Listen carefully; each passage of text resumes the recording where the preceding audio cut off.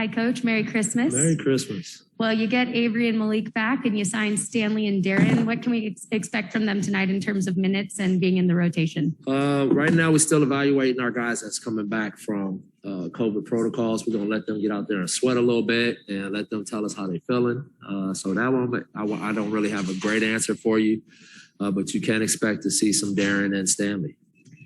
And last game, you get 20 points from your bench unit. I understand it's natural in this time to lean on Russ and LeBron, but how do you balance letting them lead the way and then also getting the other guys going? We're fine. We're definitely seeking that balance. The hard part when you talk about finding balance is it's a lot of different players that's shuffling in and out of there to find balance with. And, knowing who can fill the voids of our scores off the bench and knowing who can't. And trying to get those guys actively involved. Obviously having Malik back, bring some firepower back to the offense, and hopefully we can get him back into a rhythm because he was playing really good basketball for us. And I thought Taylor last game did some good things that's starting to help his rhythm. So maybe that'll add to our balance. Did you guys see Darren in the summer? And he hasn't played in a couple of years. What did you guys think of him in the summer? And then where do you think he is now after being out of the game for a while? Yeah, he worked out for us this summer and he got really high considerations to be a part of this. And he looked fantastic for a guy that's been out. Then he played a ton of pickup with our guys. So we got a really good look at him. And obviously he is a perennial pro, man. He just kept himself in shape. His approach to the game, his attitude to the game is phenomenal. I just gave the guys a corny speech about gratitude and you never know where you may end up. And, use my own example as a guy here. And Derek Collison looked at me and said, yeah, me too. 2 years ago, I never thought I'd be playing here on Christmas Day. So, this is for him, I'm really excited for him and such a professional guy, being a UCLA guy and all of that stuff. This is pretty cool. You guys are on a losing streak and you have a chance in a big time nationally televised game. How do you try in your process to kind of prevent the pressure of trying to break a losing streak, trying to win on national TV? Like how do you kind of alleviate some of those things that might pile? Personally, I'm preaching to the team, be present. Stay present. Every time your mind wants to think about what happened before or what could happen later, all that BS that your little survivor inside of you is always trying to take you away to, deny that and be in the moment and just play hard for your teammates. And don't worry about even the result. The result is a forward-thinking thing. That's something that you can't control then. You can only be in the moment and win every play in the moment. And, hopefully we take that approach play by play. Hey, Fizz, Merry Christmas, first of all. Merry Christmas. You mentioned what you said to the team pregame and about gratitude. You were away from the game for a little bit. Yeah. Little different cardio for you versus someone like Darren, who has been away from the game for a couple of years. What were the things when you got back that opened your eyes and caught you different, having had a little distance? And then I guess, secondly, can you imagine sort of the physical demands of being away for 2 years and going to play an NBA basketball? Well, I'll start with the second part of it. I think the physical demands for him, I'm going to be concerned and aware of it, and I'm going to make sure I don't put him in a position that leads him down a path of where he's not successful or it could hurt him for some reason. So that part I'm very aware of. And then for me personally, I think the thing for me now coming back, one, just being here with Frank and then now just subbing in for him is when you go through enough stuff in this league, you start to realize how much it's not about you anymore. And if you can take yourself out of it, you find more joy in it.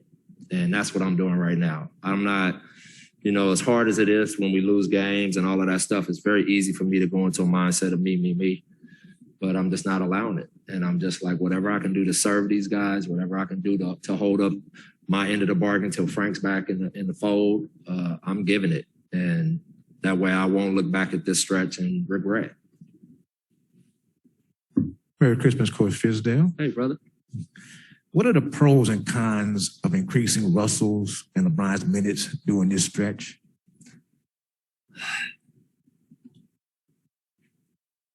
Well, pros is you just got great players on the court for more minutes, obviously. The cons is you risk slippage in little thing areas because they have to take a break somewhere, right? So they end up maybe taking a break on a block out or something like that. That's always the potential of when you play guys a ton of minutes. You always worry about injuries and things like that, from that standpoint. You don't want to burn them out over the course of a long season.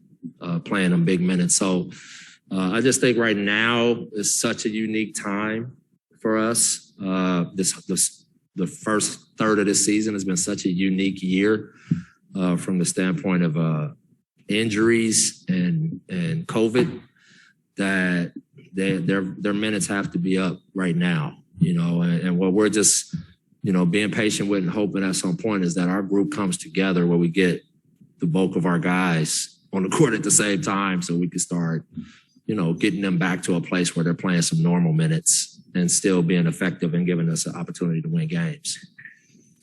Hey, Fizz, Merry Christmas. Merry Christmas. So obviously the Lakers have been struggling lately, but LeBron has been playing exceptionally well. I'm curious, what have you seen from him in terms of his leadership during this time? Like, what's he saying to the guys behind the scenes? It's not just the guy. He's leading us too.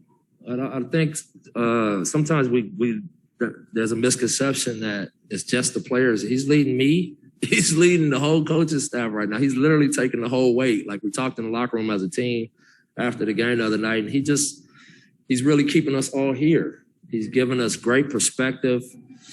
He's urgent, but he's not panicking. And he's preaching, not patience, but just like, these are not normal circumstances. And if anybody gets it and has been through all the roller coasters, is him. And so guys are looking to him for that kind of steadiness. And man, I'm getting a master class on poise and leadership right now. As a quick follow-up to that, is there anything specifically that he said to you that really resonated?